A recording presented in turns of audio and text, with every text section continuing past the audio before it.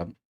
Nifty, bank Nifty, IT stocks, PSU banks இந்த 4 index தான் இன்னைக்கு மார்க்கெட்ட லிஃப்ட் பண்ணி ஃபால்லேருந்து ரெக்கவர் ஆயிருக்கு. நிஃப்டி ஓப்பனிங்கில ரொம்ப வீக்கா இருந்தது. ஒரு கேப் டவுன் ஓப்பனிங். அதிலேருந்து தொடர்ந்து செல்லிங் பிரஷர் இருந்தது. முக்கியமா நிஃப்டிய விட பேங்க் நிஃப்டில வீக்னஸ் அதிகமா இருந்தது காலையில.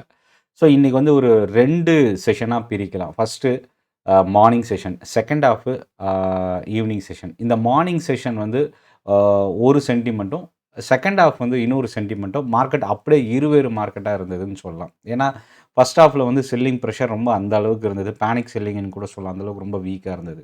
செகண்ட் ஹாஃப்ல அப்படியே எந்த அளவுக்கு வீக் ஆச்சோ, அதே அளவுக்கு அதை விட வேகமாவே ரெக்கவர் ஆயிருக்கு. கிட்டத்தட்ட பேங்க் நிஃப்டியை பொறுத்தவரைக்கும் 200 பாயிண்ட் மைனஸ்ல இருந்து கிட்டத்தட்ட 300, 350 பாயிண்ட் ப்ளஸ்ல டர்ன் ஆயிருக்கு. அதாவது கிட்டத்தட்ட ஒரு 500, 600 பாயிண்ட் இன்னைக்கு வாலடைல் நடந்திருக்கு. ஸோ இன்னியோட மார்க்கெட் என்ன ஆச்சு அப்படின்றத பார்க்க போகிறோம். அதுக்கு முன்னாடி இன்னைக்கு டே சார்ட்டில் ஒரு லார்ஜ் புல்லிஷ் கேண்டில். இந்த புல்லிஷ் கேண்டில் எப்போ ஃபார்ம் ஆகும் அப்படின்னா, ஓப்பனிங் வந்து ஒரு டவுனில் ஓப்பன் ஆகி டே ஃபுல்லாகவே கண்டினியூஸ் ரெக்கவரி, பையர்ஸ் ரொம்ப அதிகமாக டர்ன் ஆகும்போது இந்த புல்லிஷ் கேண்டில் இது வந்து ஒரு பாசிட்டிவ் சென்டிமெண்ட் அப்படின்னு கூட சொல்லலாம். ரெண்டாவது விஷயம் என்னன்னா, அக்டோபர் மந்த்தில் வந்திருந்த ஹை 26,105 கிட்ட ஒரு ஹை வந்தது. ஆனால் 26,200 கிட்ட தான் ரெக்கார்டு ஹை இருக்குது. அதை உடைக்க முடியாமல் அக்டோபரில் ஃபால் ஆச்சு. இப்போ மறுபடியும் அந்த அக்டோபர் ஹையை வந்து ரொம்ப க்ளோஸாக டர்ன் ஆயிருக்கு. பட் அந்த லெவலை ஒரு 30, 35 பாயிண்டில் பிரேக் பண்ண முடியாமல் அக்டோபர் மந்த் ஹைக்கு ரொம்ப க்ளோஸாகவே முடிஞ்சிருக்கு.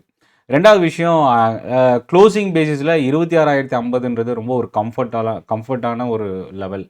ஸோ இது ரொம்ப ஒரு ஸ்ட்ராங் ஜோன் அப்படின்னு சொல்லலாம் நிஃப்டியை பொறுத்த வரைக்கும். நான் நேத்தியோட போஸ்ட் மார்க்கெட்லேயும் சொல்லியிருந்தேன், ஷார்ட் பொசிஷனை வந்து கேரி பண்ணுறது ரிஸ்க் அதிகமாக இருக்க வாய்ப்பு இருக்குது.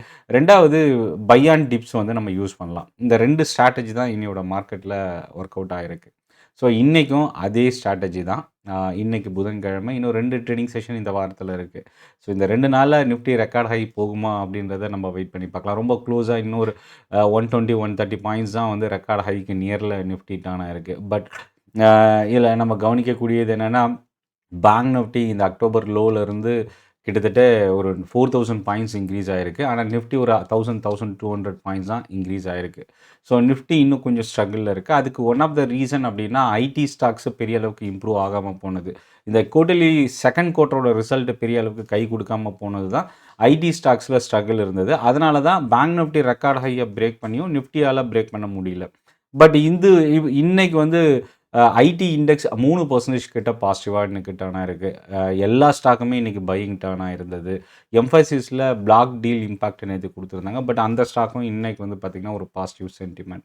ஸோ ஓவரால் ஐடி செக்டார் மார்க்கெட்டை புஷ் பண்ணியிருக்கு. அடுத்து பப்ளிக் செக்டார் பேங்க்ஸு டர்ன் ஆயிருக்கு அப்படின்னு சொல்லலாம். ஸோ இதை தாண்டி வேறு என்னென்ன ஸ்டாக்ஸ் இன்றைக்கி மார்க்கெட்டில் நடந்த நியூஸ் என்ன, இதை பற்றி நம்ம பார்க்கலாம். நாளையோட ட்ரேடிங் செஷனில் எந்த செக்டார் நம்ம கவனிக்கலாம். ஸோ ஃபஸ்ட்டு விஷயம், இங்கே வந்து பார்த்திங்கன்னா 143 பாயிண்ட் நிஃப்டி பாசிட்டிவாக 26,053ல் க்ளோஸ் ஆகிருக்கு. ஸோ ரொம்ப ஒரு strong zone. Bank Nifty record ஹையை ஃப்ரெஷ்ஷாக உடைச்சிருக்கு. 59,104ன்றது ஆல்ரெடி இருந்தது. அந்த லெவலில் பிரேக் பண்ணியிருக்கு. Infosys, HCL, Wipro, Max Healthcare இந்த ஸ்டாக்ஸ்லாம் டாப் கெய்னர் லிஸ்ட்டில் ஆட் ஆகிருக்கு. இப்போ ஒரு சில நியூஸ் இம்பாக்ட்னால ஃபாலான ஸ்டாக்ஸ்ன்னு பார்க்கும்போது, வாரி எனர்ஜி இன்கம் டேக்ஸ் டிபார்ட்மெண்ட்டோட இன்வெஸ்டிகேஷன் வந்து கம்பெனி ஃபெசிலிட்டிஸில் 4% கிட்ட இன்றைக்கி நியர்லி 3 to 4% கிட்ட ஃபால் ஆகிருக்கு. குரோ ரீசெண்டாக ஸ்டாக் மார்க்கெட்டில் லிஸ்ட் ஆகி ஐபிஓ ப்ரைஸ் வந்து நியர்லி 100% வரைக்கும் கண்டினியூஸாக இன்க்ரீஸ் ஆன இந்த ஸ்டாக்கு இன்றைக்கி 10% டவுன் ஃப்ரீஸ் ஆகிருக்கு. அடுத்தது கேஇசி இன்டர்நேஷ்னல் பவர் கிரிட் வந்து பார்த்திங்கன்னா நியூ ப்ராஜெக்ட்ஸ் வந்து 9 மாதத்துக்கு பார் பண்ணியிருக்கிறாங்க. நியூ ப்ராஜெக்ட்ஸ் வந்து சாங்ஷன் பண்ணுறதுக்கான பேன் லிஸ்ட்டில் சேர்த்துருக்குறாங்க. இது கேஇசி இன்டர்நேஷ்னல் இன்றைக்கி 9% கிட்ட இறங்குறதுக்கு ஒரு காரணமாக இருந்தது. ஆட்டோ ஆன்சிலரி மேனுஃபேக்சரிங் கம்பெனிஸ் இன்றைக்கி வந்து ஒரு செக்டார் ஆஃப் த டேன்னு கூட சொல்லலாம். ஏன்னா Endurance, Bosch Limited, Uno Minda, Gabriel, Sona BLW, Amara Raja, Motherson இந்த ஸ்டாக்ஸ்லாம் ஸ்டாக் மார்க்கெட்டில் இருக்கிற auto ancillary companies, Minda Corp இந்த ஸ்டாக்ஸ்லாம் சொல்லலாம். பட் இதில் இன்றைக்கி எல்லா ஸ்டாக்ஸ்லையுமே ஆல்மோஸ்ட் வந்து பையிங் இன்றைக்கி அதிகமாக இருந்தது. So auto ancillary, auto stocks இன்றைக்கி இன்க்ரீஸ் ஆனதுக்கு என்ன ரீசன்? இந்தியாவுக்கும் யூஎஸ்க்குமான ட்ரேட் டீல் க்ளோஸ் ஆகிறதுக்கான ஒரு நியூஸ் இம்பேக்ட். அதுதான் இந்தியாவிலேருந்து இப்போதைக்கு 50% டாரிஃப் வந்து அமெரிக்காவுக்கு எக்ஸ்போர்ட் பண்ணக்கூடிய ப்ராடக்ட்ஸ். அதில் வந்து ஆட்டோ செக்டார் கணிசமாக முக்கியமாக ஆன்சிலரி மேனுஃபேக்சரிங் கம்பெனிஸ்க்கு ஒரு பெரிய பின்னடைவு. ஸோ இந்த டீல் க்ளோஸ் ஆகி அனௌன்ஸ்மெண்ட் வந்தால் அது ஆட்டோ செக்டாருக்கும் ஒரு பெனிஃபிஷியலாக இருக்க வாய்ப்பு இருக்குது. அடுத்தது இதில் சமான் கேபிட்டல். இந்த ஸ்டாக் வந்து கிட்டத்தட்ட 10 to 13% கிட்ட இறங்கியிருக்கு. இன்வெஸ்டிகேஷனுக்கான ஒரு நியூஸ் இந்த கம்பெனி அகெயின்ஸ்டாக வச்சிருக்கிற அலிகேஷன்ஸு ஒரு ரீசன். ஏன்னா இது இந்தியா புல்ஸ் ஹவுசிங் ஃபினான்ஸ்னு ஆல்ரெடி இருந்த ஸ்டாக் இது. அடுத்தது அவந்தி ஃபீட் கிட்டத்தட்ட 9 to 10% கிட்ட இன்க்ரீஸ் ஆகிருக்கு. இதில் என்னென்னா சைனா வந்து சீ ஃபுட் வந்து ஜப்பான்லேருந்து இம்போர்ட் பண்ணுறதை நிறுத்தி இருக்கிறாங்க. அது ஒரு ரீசன். யூஎஸ்க்கும் இந்தியாவுக்குமான ட்ரேட் டீல் க்ளோஸ் ஆகிற இன்னொரு நியூஸ். இந்த 2 நியூஸ் தான் இன்றைக்கி Avanti feed nearly 9 to 10% increase ஆகிறதுக்கு ரீசனாக இருந்தது. டென்கோ இப்போது ரீசெண்டாக இன்றைக்கி ஸ்டாக் மார்க்கெட்டாக லிஸ்டான இந்த கம்பெனி நியர்லி 30% ப்ரீமியமில் லிஸ்ட்டாக இருக்குது. 27% அரௌண்டு ப்ரீமியமில் லிஸ்ட்டாக இருக்குது. நேற்று பிளாக் டீல் ட்ரேட் ஆகிருந்த பேடிஎம் 1% இறங்கியிருக்கு. எம்கியூர் ஃபார்மா 1% கிட்ட இன்க்ரீஸ் ஆகிருக்கு. இன்றைக்கி ஆவரேஜ் வால்யூமை தாண்டி அதிகமான வால்யூமோட இன்க்ரீஸ் ஆன ஸ்டாக்ஸில் பார்த்திங்கன்னா அவந்தி ஃபீட் அதிகமான வால்யூம். கிளான் ஃபார்மா நெகட்டிவாக 2% இறங்கியிருந்தாலும் 10 மடங்குக்கு மேலே வீக்லி ஆவரேஜ் வால்யூமை தாண்டி இன்றைக்கி இன்க்ரீஸ் ஆகிருக்கு. ஜிஆர் இன்ஃப்ரா 17 மடங்கு. எல்என்டி டெக்னாலஜிஸ் ரொம்ப இன்றைக்கி ஐடி செக்டாரில் ஸ்டாக் ஆஃப் த டே அப்படின்னு சொல்லலாம். ஏன்னா 8% இந்த ஸ்டாக் இன்றைக்கி ஒரு ஸ்ட்ராங்கான அப்சைட் மொமெண்டம் 13 மடங்கு ஆவரேஜ் வால்யூமை தாண்டி இன்றைக்கி ரீஸ் ஆகிருக்கு. இன்டெலெக்ட் டிசைன் அரீனா இந்த ஸ்டாக்கும் பார்த்திங்கன்னா 5% இன்க்ரீஸ் ஆகிருக்கு. 8 மடங்குக்கு மேலே ஆவரேஜ் வால்யூம் இன்க்ரீஸ் ஆகிருக்கு. ஐநாக்ஸ் இந்தியா 4% ஃபால் ஆகிருக்கு. ஹெச்பிஎல் இன்ஜின் 9% கிட்ட இறங்கியிருக்கு. கம்பெனியோட கைடன்ஸ் வந்து ஒரு one of the reason HPL இந்த அளவுக்கு ஃபால் ஆனது. பயோகான் வந்து பார்த்திங்கன்னா சிட்டின்ற ரேட்டிங் ஏஜென்சி செல் வந்து டவுன்கிரேட் பண்ணியிருக்கிறாங்க. ஆல்ரெடி கண்டினியூஸாக இன்க்ரீஸ் ஆகிட்டு இருந்த ஃபார்மா ஸ்டாக் பயோகான் இன்றைக்கி நியர்லி 3% கிட்ட ஃபால் ஆகிருக்கு. இப்போ நம்ம கவனிக்கக்கூடிய ஸ்டாக்ஸில் ஹெச்ஜி இன்ஃப்ரா நம்ம வாட்ச் பண்ணலாம். டிஎல்எஃப் சைபர் சிட்டி டெவலப்பர்ஸ்லேருந்து ஆர்டர் ரிசீவ் பண்ணியிருக்கிறது. என்பிசிசி ஆக்ஷன் மூலயமா நியர்லி 1069 கோடி ரூபாக்கான ப்ராப்பர்ட்டி சேல் பண்ணுறதுக்கான ஒரு நியூஸு. இது எல்லாமே வரப்போகிற அடுத்த ட்ரேடிங் செஷனுக்கு நம்ம கவனிக்கக்கூடிய ஸ்டாக்காக பார்க்கலாம். இப்போது இன்றைக்கி வந்து பார்த்திங்கன்னா நிஃப்டி 50ல் என்னென்ன ஸ்டாக் இம்பேக்ட் இன்றைக்கி இருந்தது. மொத்தம் வந்து 50 கம்பெனியில் 19 ஸ்டாக் இன்றைக்கி நெகட்டிவாக க்ளோஸ் ஆச்சு. இதில் 3 ஸ்டாக் வந்து கெய்னரில் நான் சொல்லணும் அப்படின்னா Max Healthcare, HCL Technologies, Infosys, 4வதாக விப்ரோ. ஸோ ஐடி ஸ்டாக்ஸ் தான் இன்றைக்கி லீட் பண்ணியிருக்கு. எஃப்எம்சிஜியில் இந்துஸ்தான் யூனிலிவர் வந்து ஐஸ்கிரீம் பிஸ்னஸ் டிமர்ஜ் பண்ணுறதுக்கான ஒரு நியூஸு இன்றைக்கி 1.5% கிட்ட பாசிட்டிவாக இருந்தது. டாடா மோட்டார் இன்றைக்கி ஒரு பெரிய ஃபால் மோர் தென் 2%. ரிசல்ட்டுக்கு அப்புறம் இந்த ஸ்டாக்கில் செல்லிங் ப்ரெஷர் கொஞ்சம் அதிகமாக இருக்குது. நியர்லி 3% கிட்ட இன்றைக்கி டாடா மோட்டார்ஸ் ஃபால் ஆகிருக்கு.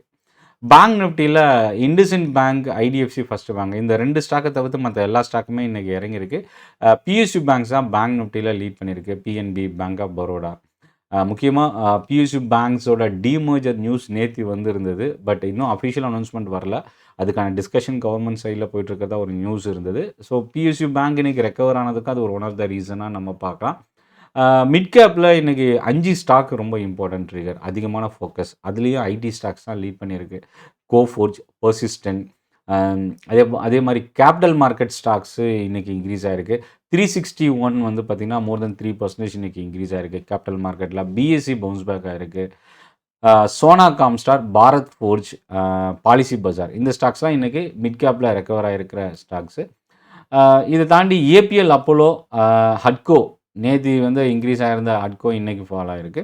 ஸ்மால் கேப் பக்கம் வரும்போது பெரிய அளவுக்கு அப்சைட் இல்லை. Aditya Birla real estate, signed limited, FSL இந்த ஸ்டாக்ஸ்லாம் இன்றைக்கி இன்க்ரீஸ் ஆகிருந்தது. டவுன் சைடில் 2 ஸ்டாக் 9% கிட்ட ஃபால் ஆகிருக்கு. ஒன்று நான் ஆல்ரெடி சொன்ன மாதிரி கேஇசியும் ஹெச்பிஎல் இன்ஜின் இந்த 2 ஸ்டாக்கும் தான் இன்றைக்கி 9% கிட்ட ஃபால் ஆகிருக்கு. ஐடி செக்டாரில் எல்லா ஸ்டாக்குமே இன்றைக்கி பாசிட்டிவாக க்ளோஸ் ஆகிருக்கு. பப்ளிக் செக்டார் பேங்க்கில் இந்தியன் பேங்க்கை தவிர்த்து மற்ற எல்லா ஸ்டாக்குமே இன்றைக்கி பாசிட்டிவாக க்ளோஸ் ஆகிருக்கு. So overall market trend record ஹைக்கான வாய்ப்பு கொஞ்சம் பிரகாசமாக இருக்குது. நிஃப்டியோட அடுத்த சப்போர்ட் 25,700ன்ற லெவல் தான். பொசிஷனல் இன்வெஸ்டர்ஸ், ஷார்ட் டேர்ம் இன்வெஸ்டருக்கான ரொம்ப ஒரு குரூஷியலான லெவல். இந்த லெவல் உடையாமல் இருக்கிற வரைக்கும் நம்ம பை அண்ட் டிப்ஸ் வந்து நம்ம யூஸ் பண்ணலாம். இன்ட்ராடே ட்ரேடர் இல்லை ஆப்ஷன் ட்ரேடர்ஸை பொறுத்த வரைக்கும் இந்த 26,000ன்றது ரொம்ப ஒரு குரூஷியலான லெவல். ஆனால் அது உடஞ்சாலும் மறுபடியும் பவுன்ஸ் பேக் ஆக தான் வாய்ப்பு இருக்குது.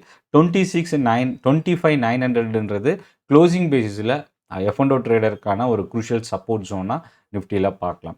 அதே மாதிரி 59,000ன்றது ரொம்ப ஒரு ஸ்ட்ராங்கான லெவல் பேங்க் நிஃப்டியில். அந்த லெவலுக்கு மேலே இன்றைக்கி பேங்க் நிஃப்டி கிராஸ் ஆகிருக்கிறதும், தொடர்ந்து பேங்க் ஸ்டாக்ஸில் சென்டிமெண்ட் இன்னும் பாசிட்டிவாக கண்டினியூ ஆகிறதும், ஸோ அடுத்த லெவலுக்கு ஏன்னா பேங்கிங் செக்டார் வேல்யூவேஷன் வந்து ஸ்டில் இன்னும் ஒரு அட்ராக்டிவ் வேல்யூவேஷனில் இருக்கிறது ஒரு ஒன் ஆஃப் த ரீசனாக பார்க்கலாம்.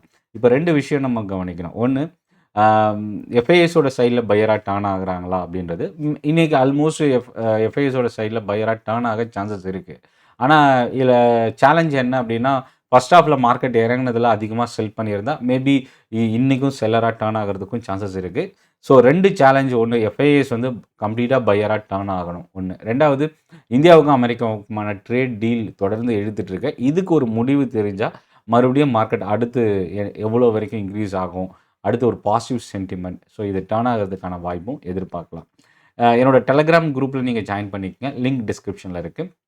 வர வெள்ளிக்கிழமை நவம்பர் 21 ஈவினிங் 5 மணிக்கு கோயம்புத்தூரில் டைரக்ட் ட்ரைனிங் செஷன் இருக்குது. ஆப்ஷன் ட்ரேடிங் பற்றின ஒரு direct training session, advance level தமிழில். இது ஒரு ஃப்ரீ செஷன் தான். ஸோ இந்த செஷன் ஜாயின் பண்ணுறதுக்கு லிங்க் நான் டிஸ்கிரிப்ஷனில் கொடுத்துருக்கேன், நீங்கள் யூஸ் பண்ணிக்கலாம். நன்றி, வணக்கம்.